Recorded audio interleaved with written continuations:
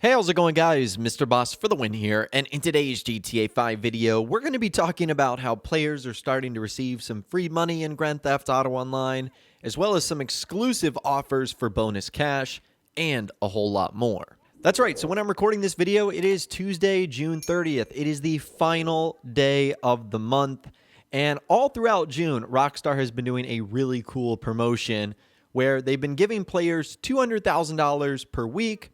And if you played all 4 weeks, in addition to your $800,000, you'd get a bonus of $200,000, bringing your grand total up to $1 million.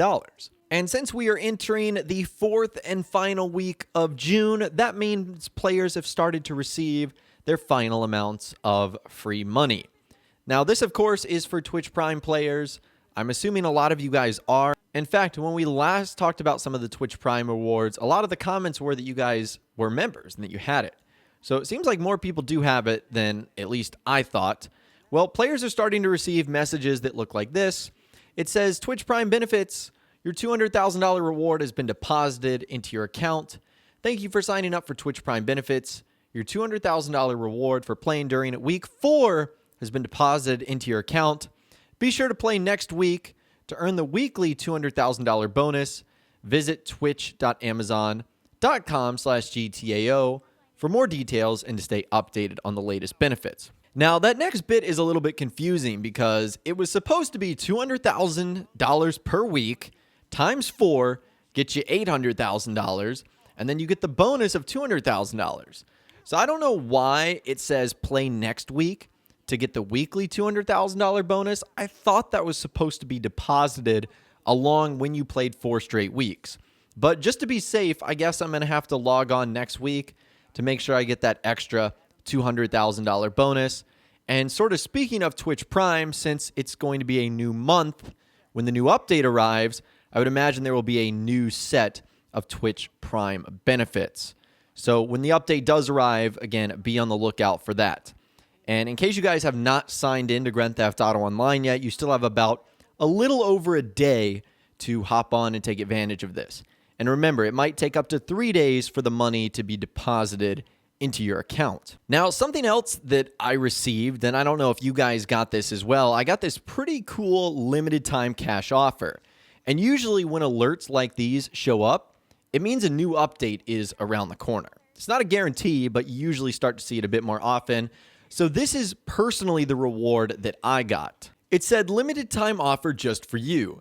Get $4,600,000 bonus cash with any Megalodon cash card purchase. For a limited time, get an extra $4,600,000 when you purchase a Megalodon cash card. That's a total of $12,600,000 to equip yourself with vehicles and properties, like the Deluxo flying car and nightclubs. Investing in businesses like nightclubs and bunkers gives you a direct pipeline to illicit markets, where you can make criminal profits from sourcing, stealing, and selling contraband. And this offer expires today for me on June 30th, and the money will be deposited to your Maze Bank account within 72 hours. So my thought process has always been that if you obviously want to buy shark cards, feel free to. No one is forcing you to do so. But if you are going to buy shark cards, always make sure you have an offer like this that gets you some amount of bonus money. I don't think shark cards are a bad idea.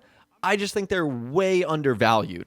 Like, I think a Megalodon shark card, instead of giving you $8 million by default, should at a minimum give you $12 to $16 million. I feel like that would make a bit more sense. But unfortunately, at least for this version of Grand Theft Auto Online, Rockstar is kind of stuck with these prices, because if they were to ever change them, it would be unfair to players that have purchased them in the past. So what they can do instead is offer these limited time bonuses that make the shark cards a bit more worthwhile. So I don't know how many of you guys have received bonuses like this, but if you have, it might be your final day to also take advantage of this. Now, the last thing we're going to be talking about in this video today is if something like dedicated servers could work in Grand Theft Auto Online. We actually heard from Rockstar Games insider Tez Funds 2 on how this could be possible. So someone ended up asking, I'm curious, would dedicated servers be better? I know it would cost Rockstar a lot more, but for online games as big as GTA Online or Red Dead Online, Wouldn't it be worth spending the money? And he said yes. The game won't be disturbed by other players if we had dedicated servers.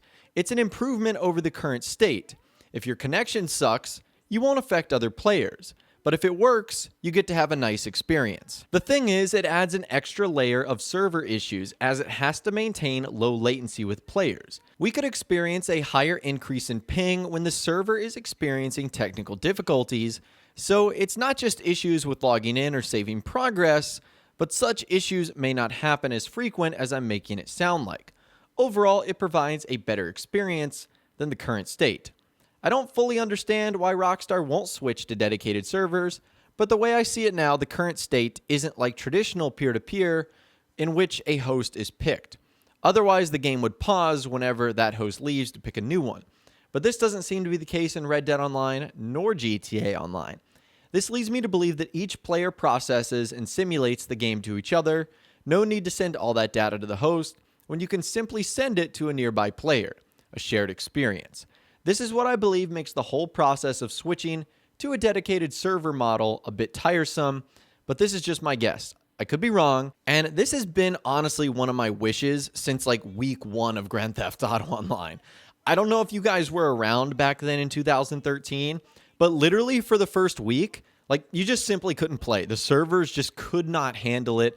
It was such a buggy, glitchy mess. You were disconnecting all over the place.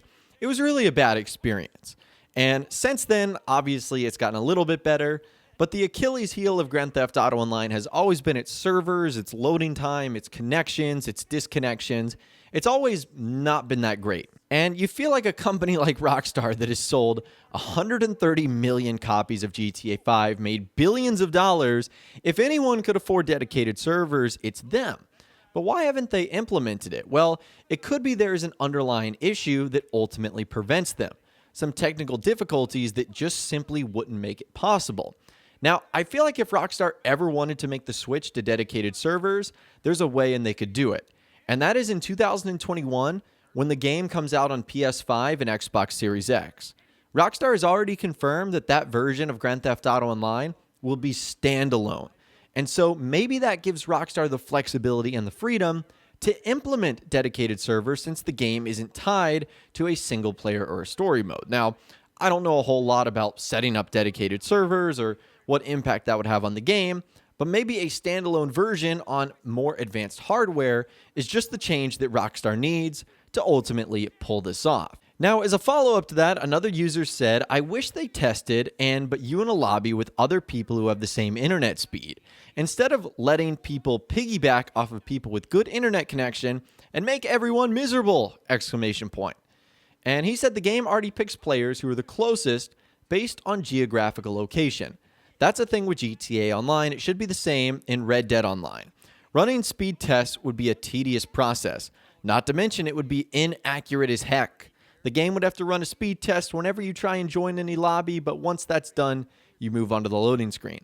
Imagine that happening every time you want to play. It would be tiresome as hell. So that's probably one of the reasons, again, we were talking about technical difficulties, why Rockstar couldn't implement that this might not be possible. Maybe there's like so many players in Grand Theft Auto Online and they have to do so much stuff on the back end that it just simply wouldn't be possible. Again, I know almost nothing about Rockstar's network infrastructure and how connections are made to Grand Theft Auto Online, but it certainly seems like it's a more complicated process than just someone logging in and connecting to a server. But again, my hope is sometime down the line, and hopefully that's sooner rather than later with the standalone version coming in 2021, the dedicated servers could happen. But I would love to hear from you guys in the comments down below, get your thoughts and opinions on this, especially if you're more knowledgeable in the subject of like connecting with networks and how that sort of stuff works in video games. Please be sure to let us know in the comments down below. We'd love to hear from you guys down there. If you guys did go on to enjoy this video, though, a like rating would, of course, be awesome. And be sure to subscribe to my YouTube channel if you are new, or you want to stay up to date on all the latest GTA and Red Dead Redemption videos that I'm doing here on my channel. And be sure to ring that notification bell as well. Sometimes YouTube just doesn't work, and if you ring that bell, you'll always be guaranteed to be notified when new videos arrive. But of course, as always, guys, thank you all so much for watching. Take care, And I'll see you guys in the next video.